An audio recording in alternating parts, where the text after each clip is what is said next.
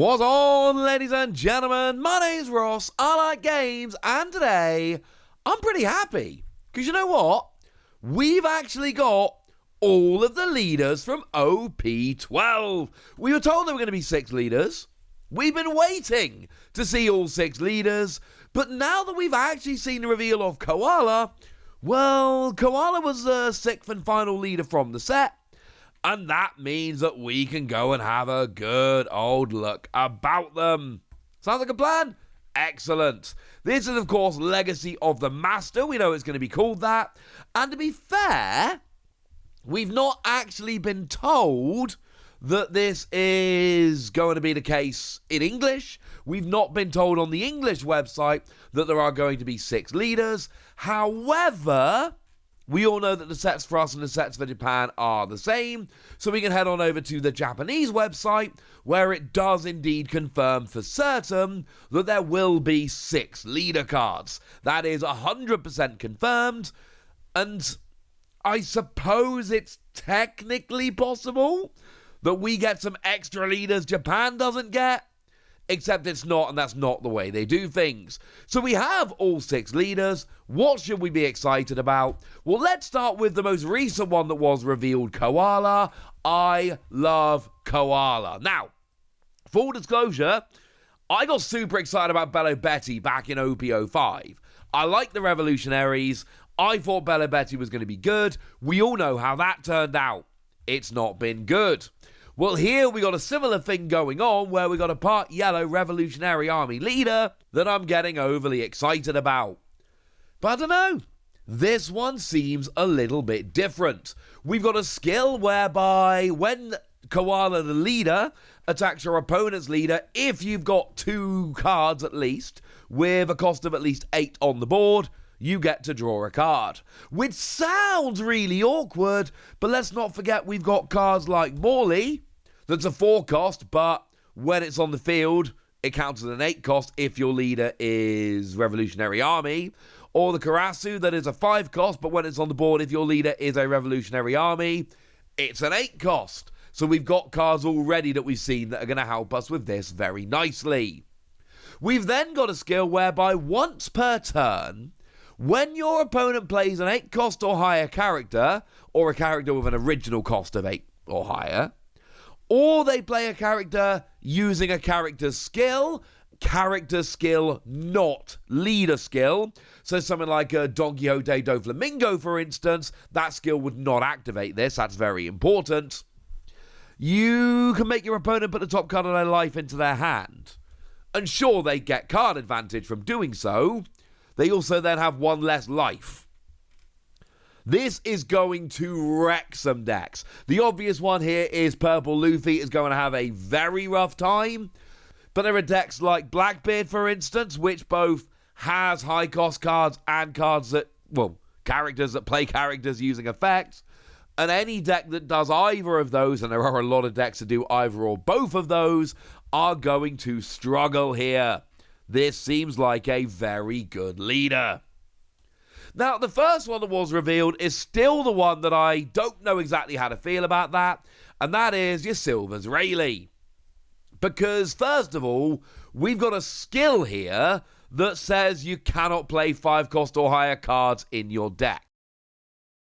Which doesn't sound like a good thing. You have to play 4 cost or lower cards. That is all you're allowed to play. Okay. We've then got an activate main once per turn. You may reveal 2 event cards from your hand, and then one of your characters with an original power of 4,000 or less gains 2,000 power this turn. So you've got to play a bunch of event cards. You've got to keep 2 in hand. You can't play 5 cost or higher characters. Right now, I remain thoroughly unconvinced. We have seen a Shanks, which can give all of your characters rush. And we've seen Buggy, which can give your characters blocker. Each of them gives a Roger Pirates character, or with a type including Roger Pirates, other than themselves, the relevant skill. Maybe there's going to be a few more. I'm unconvinced about Rayleigh right now.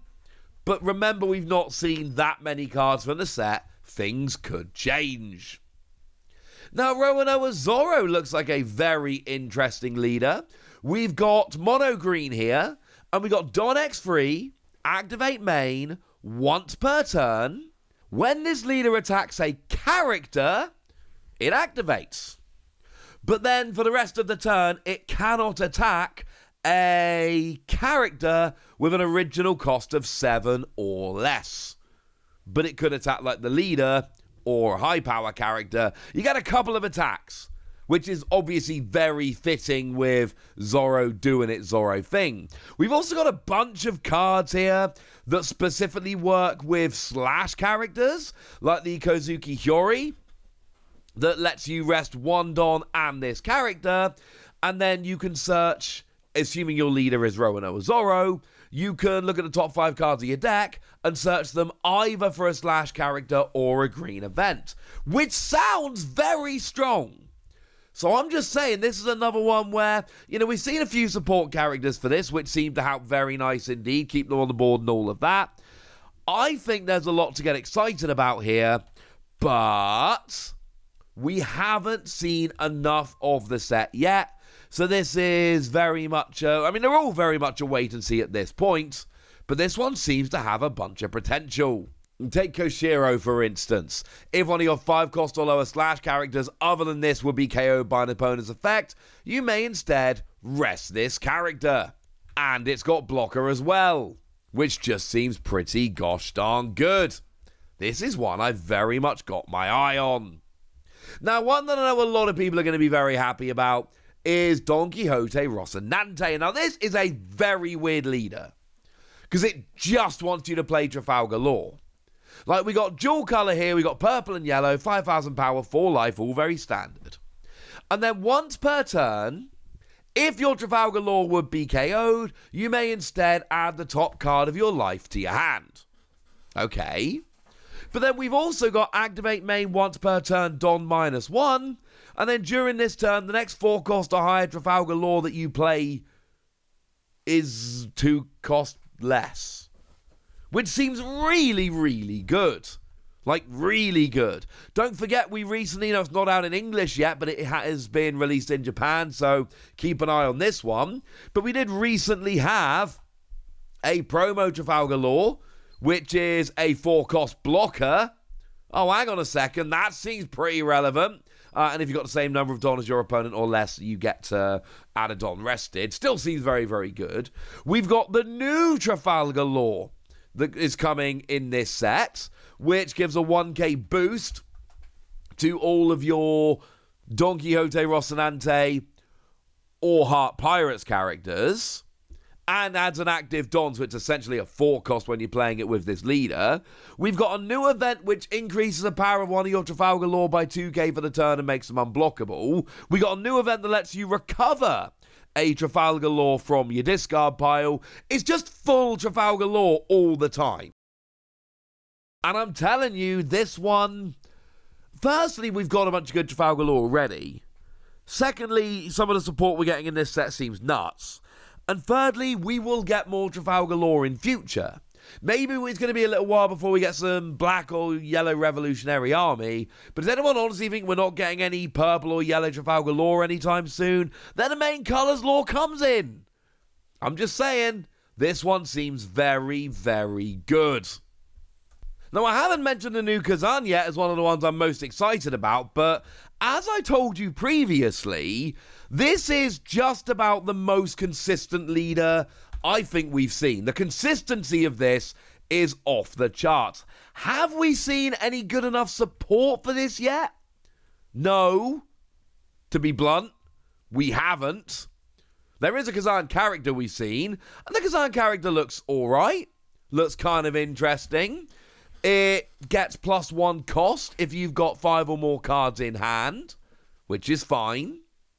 And then on play, you may trash a card from your hand, and then one of your opponent's characters cannot activate until the end of their next turn. But what's really interesting here is, of course, you have to trash a card from your hand, and Kuzan's got a skill whereby when your Navy card's abilities would cause you to discard cards from your hand, draw a number of cards equal to the amount discarded. Now, the other relevant thing here is that it's not once per turn. In fact, it's not limited in any way. Every card discarded from your hand because of a Navy leader skill means you get to draw another one. Really good. Consistency, absolutely just, well, I don't think we've seen a leader with this level of consistency. I'm putting it out there. So Sanji becomes the last leader we talk about? Is it because I don't like Sanji? Is it because it's a blue-purple leader and the colorblind part of me means it's a little bit sad? Nah, just ended up being the last one I talked about. We got an activate main, once per turn, Don -1, and you can play from your hand an event card, which is Straw Hat Pirates with an original cost of 3 or less. Yeah, you don -1 to play a free cost event.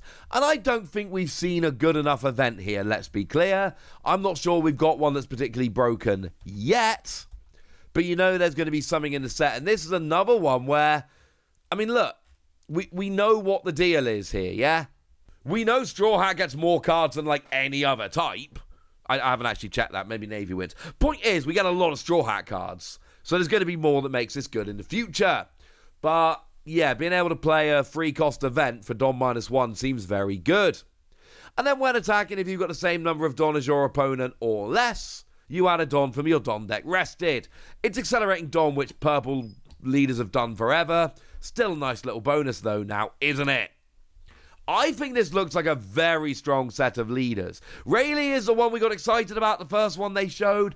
I don't think we've seen enough to be super excited about this. Maybe time will prove me wrong. For me, I am most excited about Koala here, but I think Donquixote Rosinante looks really very good. I think Kuzan's consistency is off the charts, and Zoro getting 2 attacks in per turn looks very, very fun.